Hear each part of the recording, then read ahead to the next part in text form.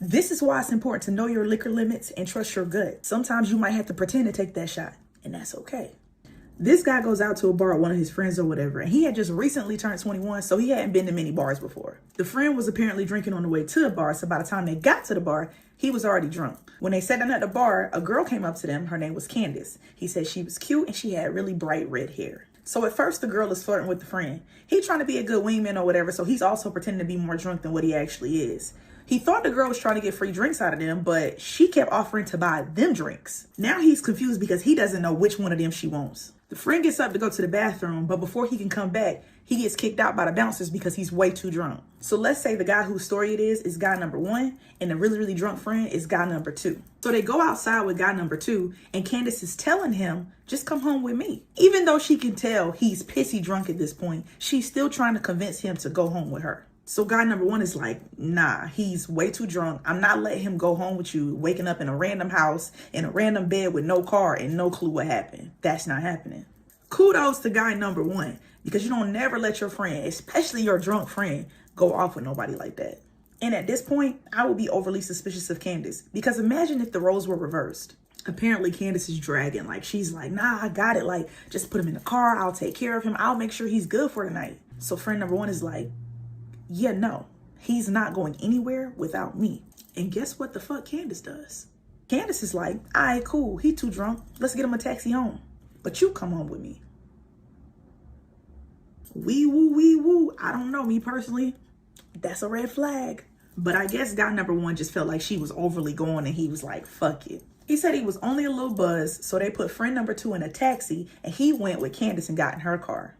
I don't know. I would want to make sure my friend made it home safe. That's just me personally. To each his own, I suppose. Also, maybe it's different for men. Anyways, he said he like slightly stumbles on the way to the car and Candace is like, wow, you're pretty drunk, huh? He said at that point he was feeling a little uneasy because he felt like everything was going too smooth and he didn't know why. Y'all gotta trust that good. As they're driving to her house, Candace goes, you wanna go to the liquor store? Don't trip, I'ma buy it. He knows he's already buzzed and doesn't want to get too drunk because he wants to be able to carry himself through the rest of the night. So he tells her like, nah, he's good, but she's insisting they stop at this liquor store. So he doesn't want her to think he's lame. So he's like, all right, cool, get me a pint. Candace comes back outside with a 5th. They're passing the bottle back and forth in the car, but he notices that Candace is only taking really small sips. But every time she gives the bottle back to him, she's like, drink, drink, drink. So he also has a bottle of apple juice. He finishes the apple juice, and what he's doing is kind of spitting the liquor into the apple juice bottle as they're riding down the road. He eventually throws the apple juice bottle out the window while she's not paying attention. He didn't want her to know that he was pretending to be drunk, so he started doing stuff like calling her the wrong name, and she doesn't say anything. They get to her house, and he pretends to like trip and stumble up to the front door. So she helps him inside. They get inside. She closes the front door, and she locks it. So he tells her he's got to use the bathroom. He goes in the bathroom, shuts the door, locks it, and he's just looking in the mirror. And he's like, something feels off, but he just doesn't know what. Something feeling off would have been enough for me. Something should have felt off when y'all was at the bar and she was buying y'all drinks. Something should have felt off when y'all was riding home and she offered to stop at the liquor store. You told her to get you a pint and she got your motherfucking 5th. Something should have been felt off, brother. So he feels himself getting drunker because some of the liquor from earlier is catching up with him. So he turns on the sink and he makes himself throw up. Overly not mad at that. I've done that a few times myself. He starts drinking the tap water out of the sink. He said he's just trying to sober up. But he doesn't want Candace to know that he's not that drunk because he still wants to hook up. I don't know how I feel about that. He turns off the sink and can hear her talking to someone. She says he's drunk as hell. He can barely stand up. You do it. You do what? I'm telling y'all that would have been enough for me right there. Immediately. Immediately. I'm calling the police. I fear I'm calling the police. I'm sorry. So he steps out of the bathroom and walks into the living room. As he's walking into the living room, he sees the back of her head walking into another room. So all he sees is that bright red hair. He asks her where she's going and he's still slurring like he's drunk. She comes back in and she's like, let's go up to my room. He's looking in her face and he realized her eyes look different. Matter of fact, her whole face looked different. Matter of fact, there's a whole nother bitch in a red wig. Y'all, he realizes this is a whole nother girl and the red hair was just a wig the whole time. In that moment, I probably just would have laid on the floor and passed away. I don't know. I wouldn't know what else to do. His heart stops, but he plays it off. He gives her a little half smile. He's like, yeah, let's go to your room, but first I gotta use the bathroom one more time. So she's like, all right, cool, just hurry up. So he goes in the bathroom and he locks the door and he's listening. And this time he can hear her talking to somebody, but he hears a man's voice this time. He didn't give a fuck what they was talking about because he knew he had to get the hell up out that goddamn house. Point blank period. Man's opened the bathroom window, jumped out, ran for his life. Not mad at it. W's in the chat. He said he ran through a backyard, jumped a fence, ran through another backyard, hit the main road, and just kept running till he got to a 24-hour convenience store. He said he ran into the store, and not only did he run into the store, he stood in front of the security cameras before he called a taxi and went home. These are survival skills, people. He said he had a bunch of different questions, but really no answers. At first, he was like, maybe it was going to be a robbery, but if that's the case, why was she buying me drinks? Why was there another girl that put the wig on? Who was she talking to? What were they trying to get me into? Those are all thoughts he had after the fact, but the good thing is that he got up out of there safe. He added an edit and said that the next day, him and a couple of friends went back to that house. There were no cars, no people, no nothing. He ended up finding out that it was a summer rental and that whoever was in the house had just broke in and used it for that night. I don't know what them folks was planning, but his survival instincts is definitely what saved his life. Because had he kept drinking at the bar when she was buying them shots, had he kept drinking in the car, he was a goner. They were going to get that guy out of here immediately. And y'all know that's exactly why I watch true crime. Anyways, y'all be safe out here.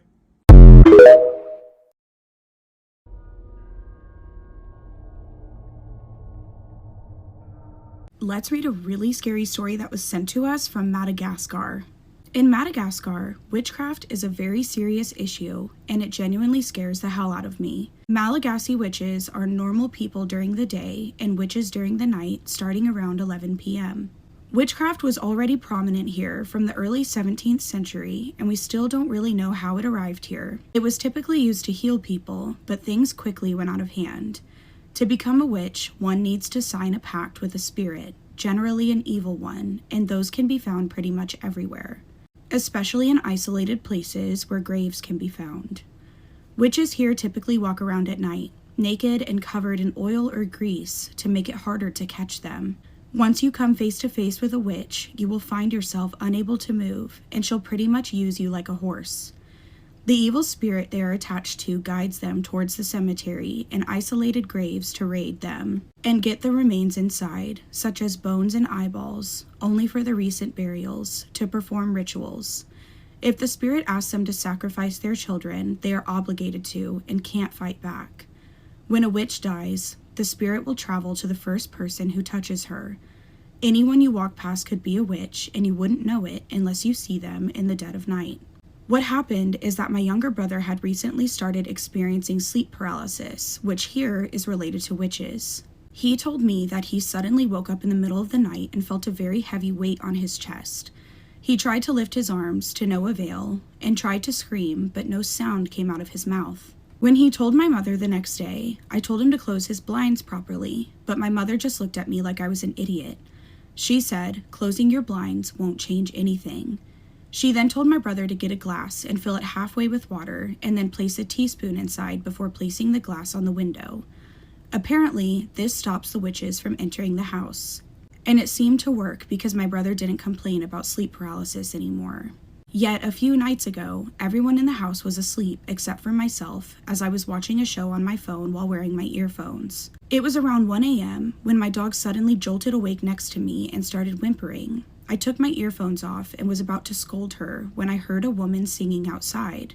In fact, I could hear her clearly since the window in my room was facing the street. The next morning, my mother told me that there was a witch outside that night. She told me that she could hear her singing, and I told her that I heard it too.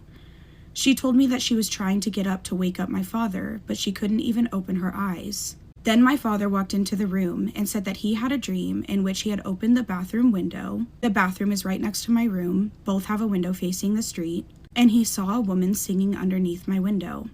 He told me that he had unalived her in that dream. I'm honestly still a bit shaken up from that night, and this morning I had a little chat with our housekeeper, and she told me that there's definitely someone living in the trees next to my house, because there's a very clear pathway there, and coincidentally, there used to be a few tombs right there, and a witch was already caught there around the early 2010s. She was caught by a few men living nearby and was chained to a streetlight, so everyone could see that she was a witch. She was never seen again after that day. There's a rumor going on around in my neighborhood that one of the local shopkeepers is a witch, and to be honest, I believe it.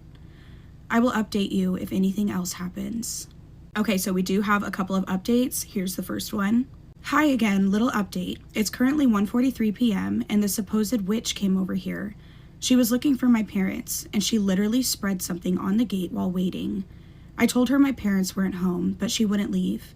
The housekeeper saw her, and she told me to immediately go inside because apparently she had weird vibes. This isn't much, but she definitely put something on the gate. And then we have another update. Hey, one more update because a lot has happened. So there's two types of witches, healers and the evil ones. We went to see a healer, and he told us to be careful. Apparently there's more than just one witch in this neighborhood. There's a total of 31 witches. Believe me or not, that is freaking crazy. And the healer said that the one we thought was a witch is in fact one, and that she is after one of my parents. Okay, so we were just like emailing back and forth, and then this is one of her replies. It's important. A lot of people don't know about Malagasy and African witchcraft in general. There are a few reports in English on the internet, and it is very important to keep in mind that most witches became like this because of jealousy or search of wealth. A lot of foreigners believe that it is just a legend, but it's something that you have to see with your own eyes to believe. There's a video on YouTube, and it basically shows what was captured by their security camera in their backyard. You can see around 3 people completely naked trying to get into the house, which was actually protected if I'm not wrong. The video is so freaking scary, y'all, but I'm gonna insert it right now.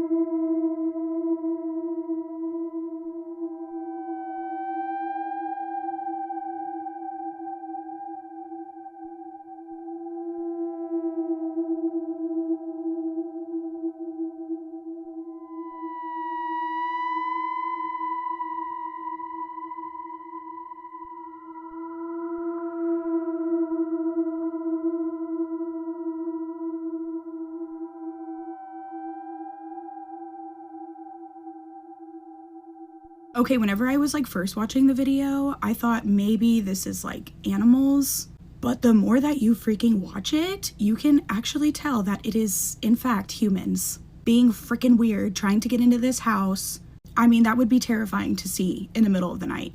This is such a freaking scary story, and I hope this person and their family are protected. I don't know how to get witches away from you. That is so freaking scary. Let us know in the comments if you know anything about the witches in Madagascar.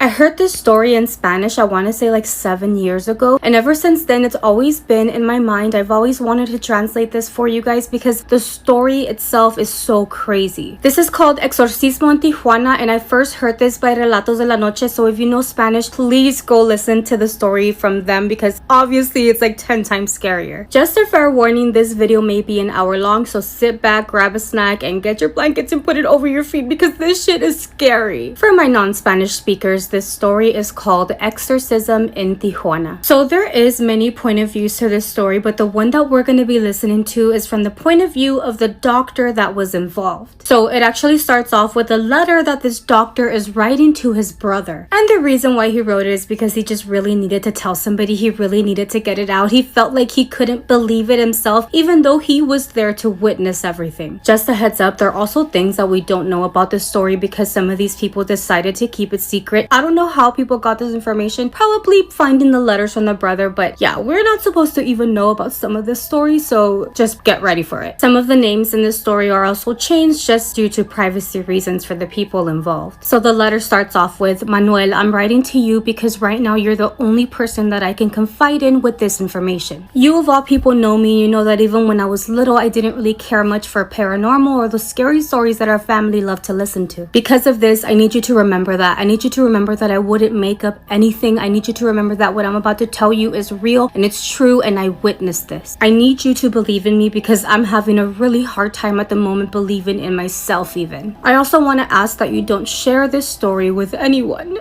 He starts to explain that about a week ago, he got a phone call from his friend Rogelio that he had when he was in school, and that he should remember him because he would come to the house very often. Rogelio is now a radio host in which they talk about supernatural, urban legends, and things of that sort. Rogelio actually contacted him, the doctor, and asked him for a favor and said that he needed to not tell anybody about this. Long story short, that same night that Rogelio had contacted him, he ended up going to his house. When he gets there, he sees that there is a priest, his other co-host, and even his assistant. So they all have a seat, and his friend Rogelio is starting to tell him why he invited him over. Rogelio starts explaining that for the past few days they've been receiving calls to their show by a mother named Carmen. The mom Carmen is asking for help because she believes that her daughter Carolina is possessed by the devil. Neither of the show hosts believed her, but they thought to themselves, hey, this might be a good story, maybe we'll get more listeners, so let's just let her go ahead and talk. The host honestly thought that it was just like another person who confused maybe mental health issues with somebody being possessed, so they just decided to listen to the lady. They honestly thought that was the end of it. They weren't going to hear about this lady or her daughter again, but for the next 7 days this mom continued to call this radio show time after time. The more and more that they talked to this lady, they also got to hear the daughter's voice, and it started to become very strange because when they would talk to the daughter, her voice would change like if it was a completely different person, and then she would start to talk in different languages that they couldn't understand. As you can imagine, the radio hosts were very excited about this because this lady alone was bringing in a lot of listeners for them, so obviously they were entertaining her. They also believed that the mom was messing with them. They believed that she was getting like voice changes, but they didn't really care because they were getting the listeners that they wanted until the Friday of that week came, that is. It was Friday, it was around 11 p.m. and just like the days before, they received a phone call from the mom, Carmen. This time when they answered the phone, it wasn't the mom asking for help for her daughter. This time, it was the daughter, Carolina. In a very calm voice, Carolina tells the host that they're no longer going to be talking to her mom. Both of the radio hosts, even the assistant that was on standby, started to look at each other and they felt very guilty because they were thinking, shit, we were entertaining this, but what if Carolina did have a very severe mental health issue, and what if something happened to the mom? Like, they were thinking all of this in the moment when they heard Carolina talking on the phone. They didn't have a lot of time to think about that guilt because out of nowhere, the lights in the studio just shut off, and the last thing that they heard from their headphones were some weird staticky noises. Like, it was so loud they had to take them off. For a few minutes, they all stayed very frozen. They even claimed that the studio just felt very, very cold. When the lights finally came back after a few minutes, they look at their controls and there are so many calls coming into their show. All of the people that were calling in were claiming that when the show went off air, all they heard on their end of the radio were really evil laughs, and in the background just some woman screaming like crazy. The people were claiming that the evil laughing and the screams went on for about at least a minute. A lot of the people that were calling in were really scared, but other people were actually mad at the host because they're thinking that this is a prank and that they're just doing this to get more listeners, and obviously it wasn't a prank. Because of this, the radio host ends up telling their audience, hey, we did not plan this isn't a prank on our part, but we are asking that let's all have a moment just to pray. If you guys can just,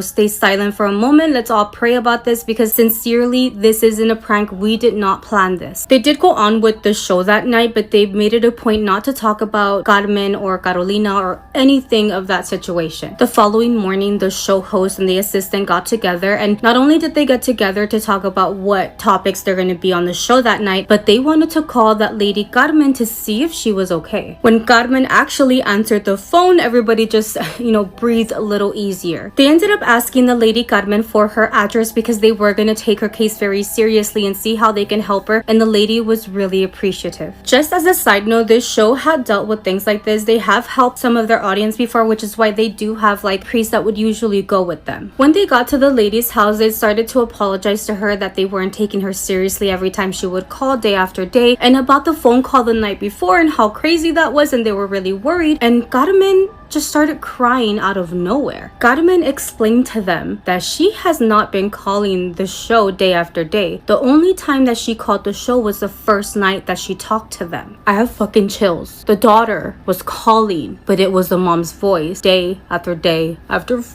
Out of nowhere, a scream just interrupted their conversation, and it was coming from upstairs in Carolina's bedroom. So again, the doctor is writing this letter to his brother, and he's like, what these show hosts described to me that they saw in Carolina's room made me think that they were on drugs, because up until that point, they were still just explaining what is going on to him. He still wasn't involved yet, so he didn't know what to make of all this. The doctor, who again is writing this letter to his brother, he in the letter is like, I need you to keep reading. I need you to believe in me. This is just the beginning. We have not even gotten started to the part where it gets crazy. After what they saw in Carolina's room, the mom went running to get this pastor that lived near the house, and the show host actually left and called a priest that they knew in Tijuana. By the time they all went back to Doña Carmen's house and gathered with the priest, with the pastor, the mom, Carmen, was crying hysterically. They noticed that the mom's dress was full of red stuff. It almost looked like blood, and that the pastor that had been staying with her for the moment was covering his nose with a napkin, and he was also filled with red stuff. His assistant had also stayed there with them while he went to Tijuana and get this priest, and he said that his assistant was literally sitting by the door sweating so much, almost like if he was holding the girl in. The father Carlos that he had gotten from Tijuana ended up walking into the girl's bedroom, and everything seemed very silent, very still. After spending 5 minutes inside the girl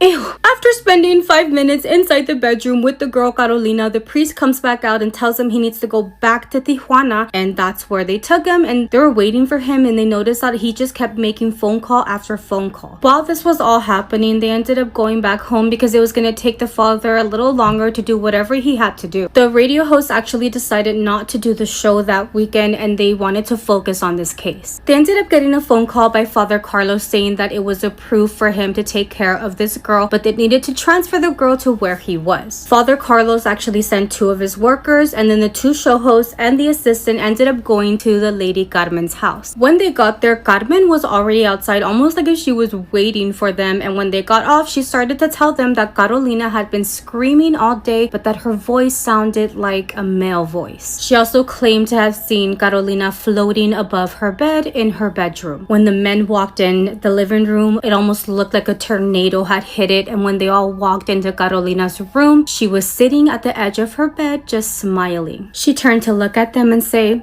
"Okay, I'm ready to go with you." They were obviously very cautious. They were scared that she was going to attack them, but surprisingly Carolina was very calm the entire ride, and they ended up getting to the church. It was only when they got to the church for Father Carlos that Carolina just started laughing. Then she would just start talking to herself like in a low whisper where only she could hear, almost like if she was talking to somebody in secret, and then she would go back to laughing almost like a child that was doing something wrong. So we're back to the doctor writing the letter, and he starts to explain that as he's listening to the story, he's starting to believe more and more of what the show host is telling him, and he's also a little confused because he's like, well, if all of this is happening, like, what do you need me for? That is when Rogelio, the show host, explains to him that they took her to Father Carlos just the day before, and that Father Carlos has been with her all day yesterday, but that they need a specialist. They need somebody who can see her medically, and he explains that he stupidly agreed and even told them that he wanted to see her that same night. They all agreed that he could meet her that night. Unfortunately, the show host and the assistant, they had to go do a show, but that Father Carlos was going to go with him to meet the girl. So he gets in the car with Father Carlos, and they're on the way to the church, but he explains that he started to see shadows on the road. Like every time there was a stop, he could swear that somebody was standing next to his window, and that the streets were just like eerily deserted. He didn't express this to Father Carlos, but he said that at one moment, Father Carlos looked at him and said, "I could feel it too. I know what you're going through, and I could see it as well." He says that Father Carlos just tells them God is with us, and that's all you have to think about. This is where he says that he starts to feel very serious, because in that moment he was looking at Father Carlos, and he's like, if someone with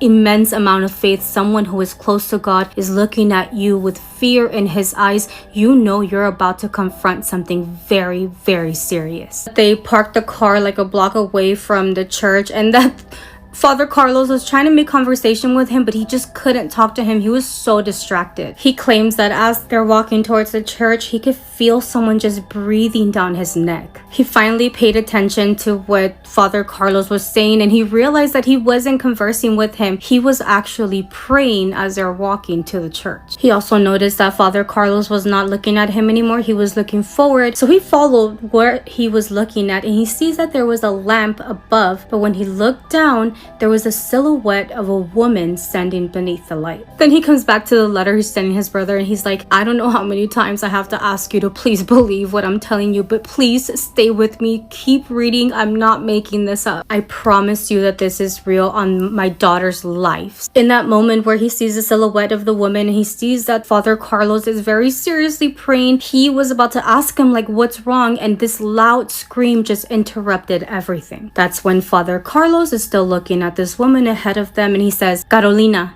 is that you? And there was no response. That's when the woman that they were seeing actually walks across from the church, and then she gets lost in the darkness of the street. They finally make it to the door of the church, and when they knock, it took them a while to open the door, but when they did, he explains that there was just a lot of movement, like there's so many people in there. There were a lot of older ladies and what he thought were volunteers. There were also a lot of nuns inside there. Father Carlos went up to a nun, and I guess they had a conversation. He came back and said that the person in charge of Carolina is not there at the moment, that he went to go get something done, but that he could go ahead and meet her, but he tells them be very careful. He also tells them do not go in there by yourself. Do not go in there alone.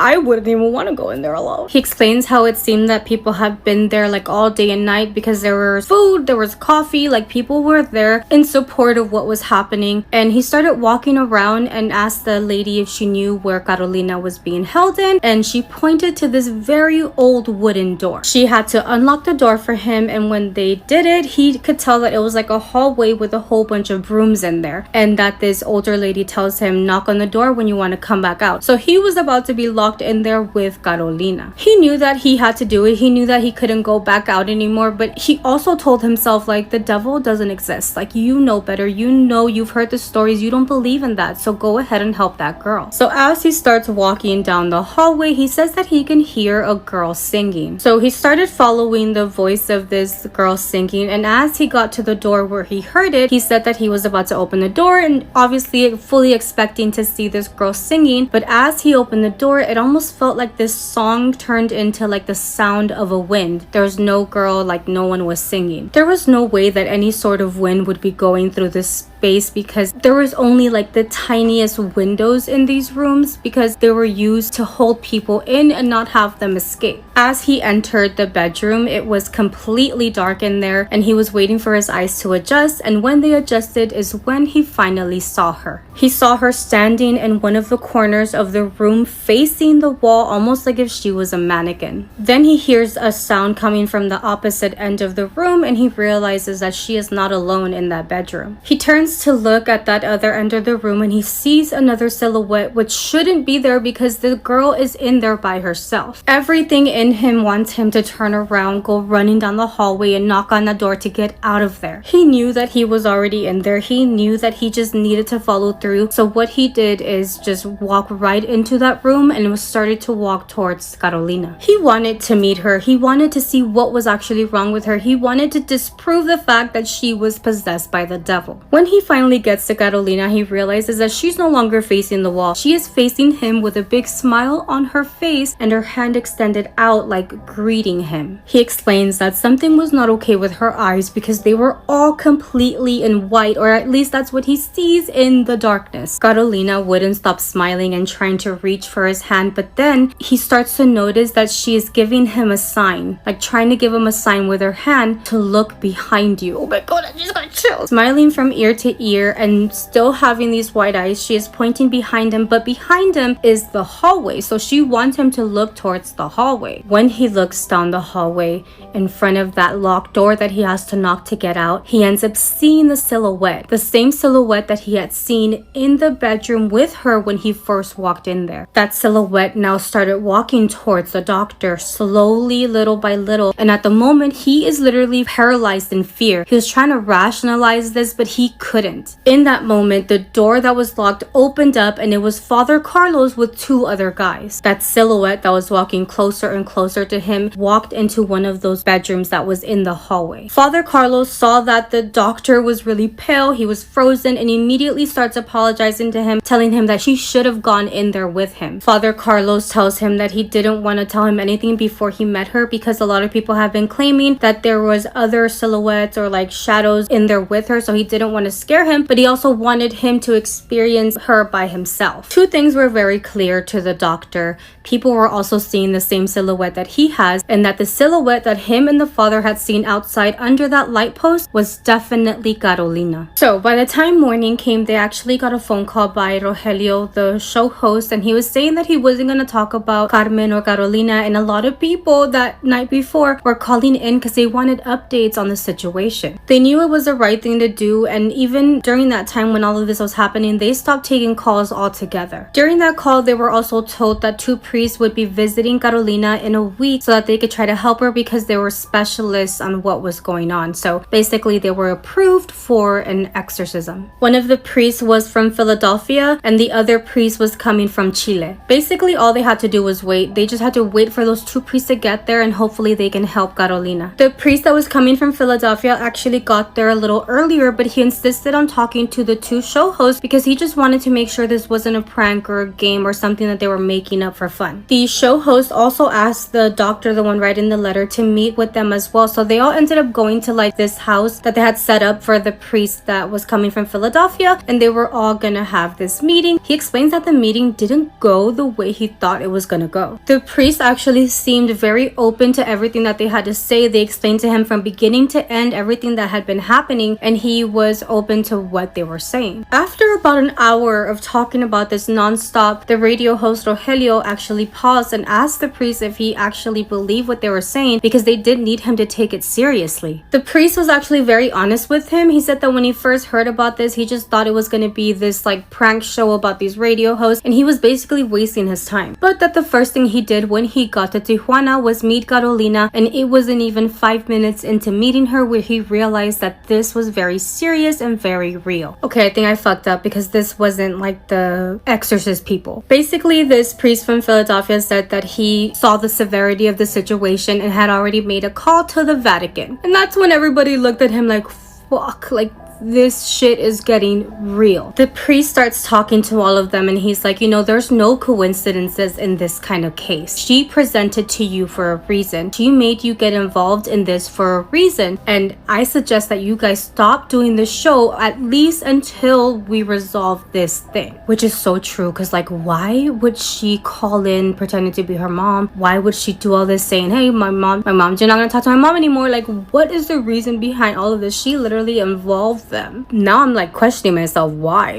Actually, I don't want to know why. I'm so scared. They all looked at each other very seriously, but they knew that they couldn't stop doing the show. Like, they all had shows in the morning as well, but the show at night, this has become the biggest projects of their career, so they couldn't just stop doing it for like this long period of time. Asking them to stop the show is basically like asking them to stop having a job. Like, they couldn't do it. They also hadn't been on air for like a very long time where they could at least replay old episodes, so they couldn't even do that. The priest understood, but he asked if they could maybe stay close to the church while everything was happening, just in case anything else happened. He also warned them that if needed, they were gonna have to be in the room with Carolina while this process was happening.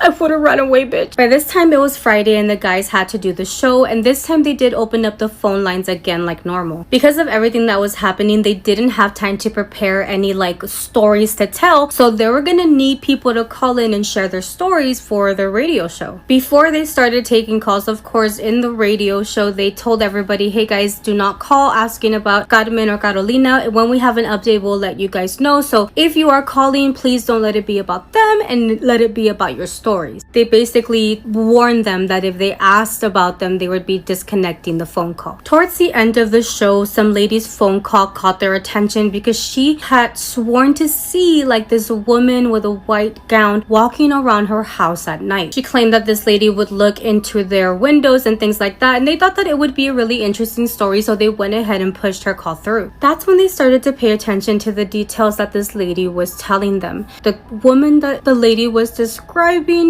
looked exactly how Carolina was dressed that day that they went to pick her up. Even worse, when they asked the lady like where she was located, this lady gave an address that was very close to the church where Carolina was. The weirdest thing though was that the woman was saying that this silhouette, this thing that she would see, she had always seen ever since she was little. That call accidentally dropped, so they still had time to take another story, and there was another caller on the line. When that last call was pushed through, both of the hosts were very quiet, very silent, because they realized that the voice was of Carolina. Before either of them knew what to even say, because obviously it's Carolina's voice, she then tells them, "I will be seeing both of you very soon." So Rogelio's co-host Lino was the one who responded to her and said, "Yes, we will be seeing you very soon during the process that's happening right now." That's when Carolina responded to him and said, "No, you'll be seeing me before." Oh my god. As soon as she said that, the lights started flickering, and that's when Rogelio just disconnected the call. They still had a few minutes left on the show, but Lino was looking at Rogelio like,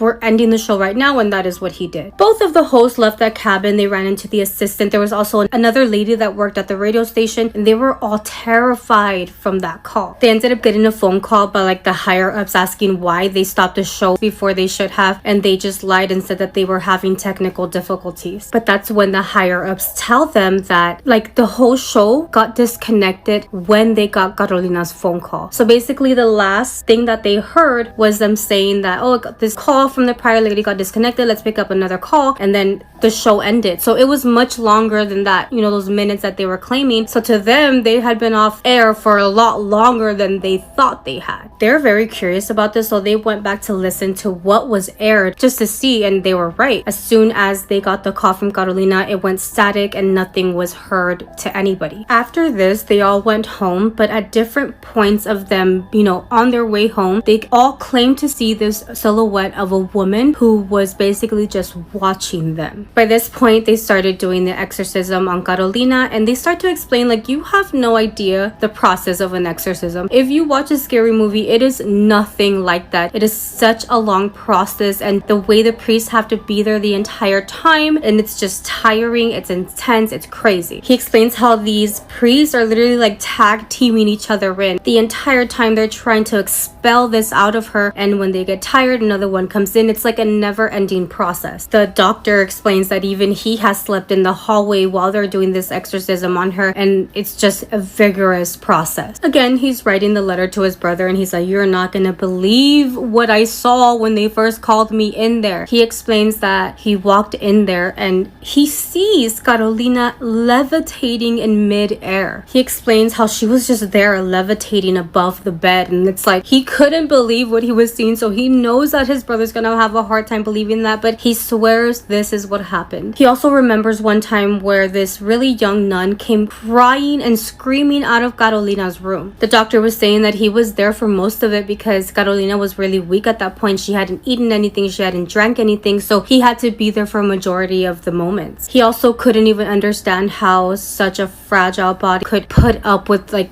these things that she was going through. He also mentions that he is worried about the sounds that are happening in his home currently as he's writing the letter to his brother. Mind you, everything had already happened. So as he's writing this, describing everything that's happening, he's starting to hear sounds inside of his house. Out of nowhere, the doctor, Rogelio, Lino, the show host, they all started getting really sick. It almost seemed like they had some kind of flu. They were so sick that they couldn't even get out of bed without feeling dizzy or nauseous.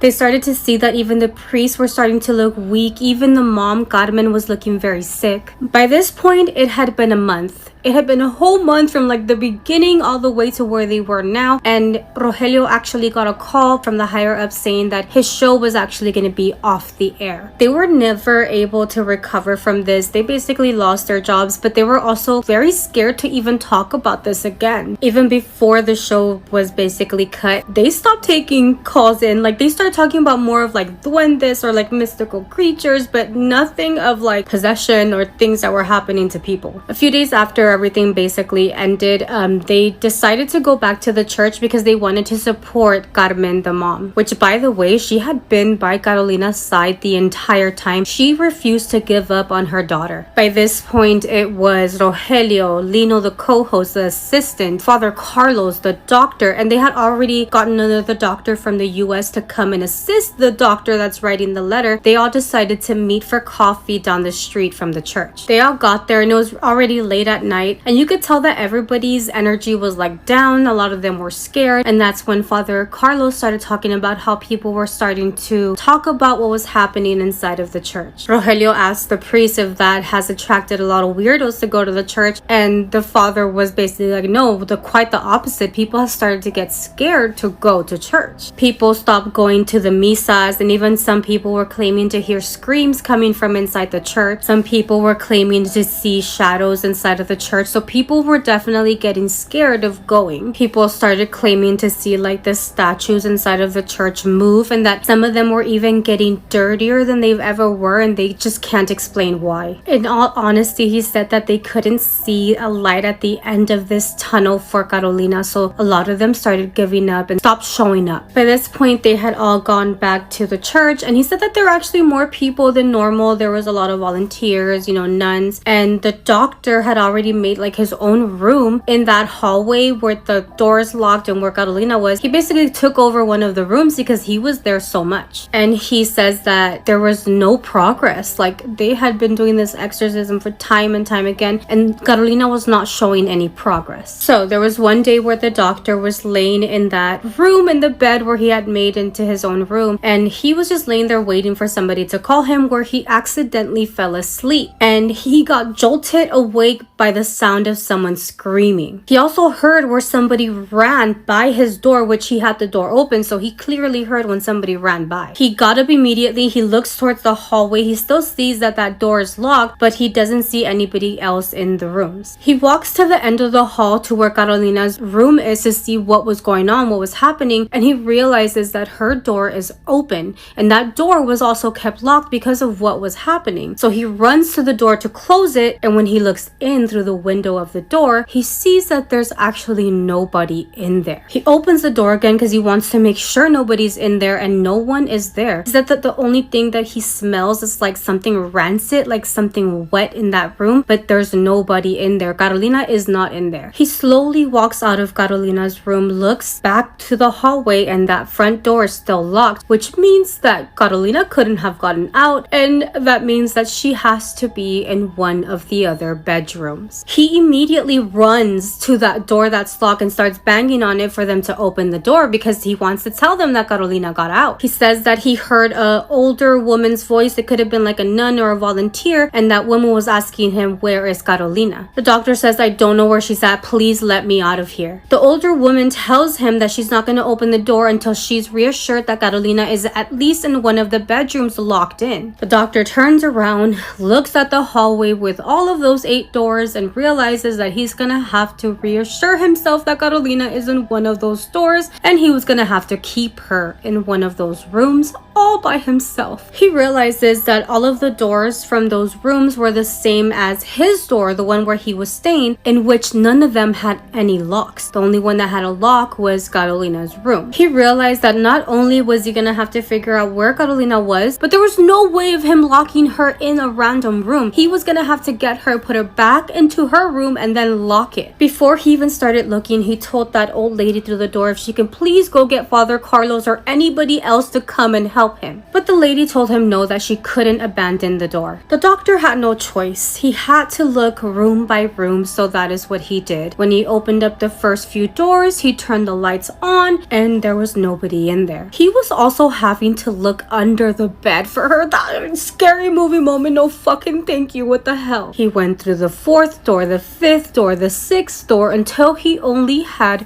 one more room to look into. And it just so happened to be the bedroom that was right across from where Carolina's room was, where he could lock the door. She was in there. She had to be in there because she wasn't in any of the other bedrooms. He got the door handle, he twisted it very slowly, but when he opened up the door just like a little bit, he didn't hear anybody in there. He knew what he had to do. He had to very quickly open the door, turn on the light, see where she was, make sure she was in there, and then close the door again, because that's what his plan was, because he didn't know in what condition she was going to be in, or if he was going to be able to even get her from that room to the room where she should be in. He literally talked himself up. He knew this was going to be the scariest thing he had to do, like, in his whole life.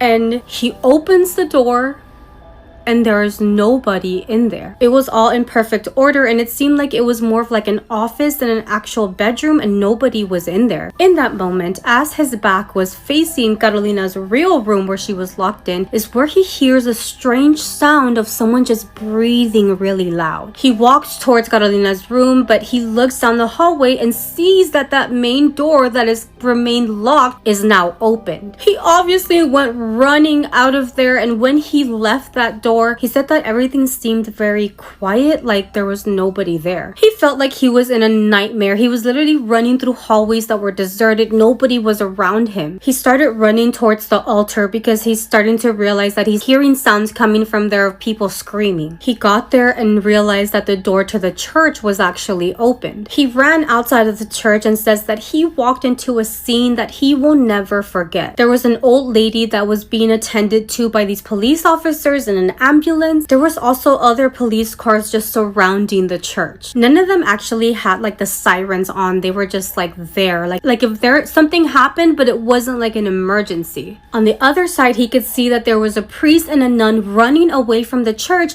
and that's also when he saw Rogelio's assistant walking towards him. The assistant was like dripping in sweat, and obviously the doctor's like, what is happening? What is going on? Carolina had escaped at the same time that some of the priests were leaving that hallway. When they found her, she was standing by the altar in front of where like the priest gives his sermons, and she was laughing and dancing and basically making fun of the people that were there. She was even acting like if she was the priest, like if she was giving a sermon to people. When people saw that, they knew it was Carolina. They all started running. Some of them went to where the priests were, the exorcist priests, to get them because Carolina had gotten out. It was total chaos. Some of them lost vision of her, so they didn't know where she was until people outside of the church were screaming. They sounded scared, and they knew that she was outside of the church now. By this point, everybody left the church. The co-host of the radio show, the assistant, the priest, everybody had left because they were going to go look for her. The police officers that had gotten there were also called there to go look for Carolina as well. The doctor actually decided to go near that old lady that was with the police officers to see if she was okay, because apparently maybe someone hurt her while everybody was trying to run out of the church. And the lady said that she was doing better now, and he decided to ask her, was it you the one outside the door that wouldn't let me out? But the lady was like, no,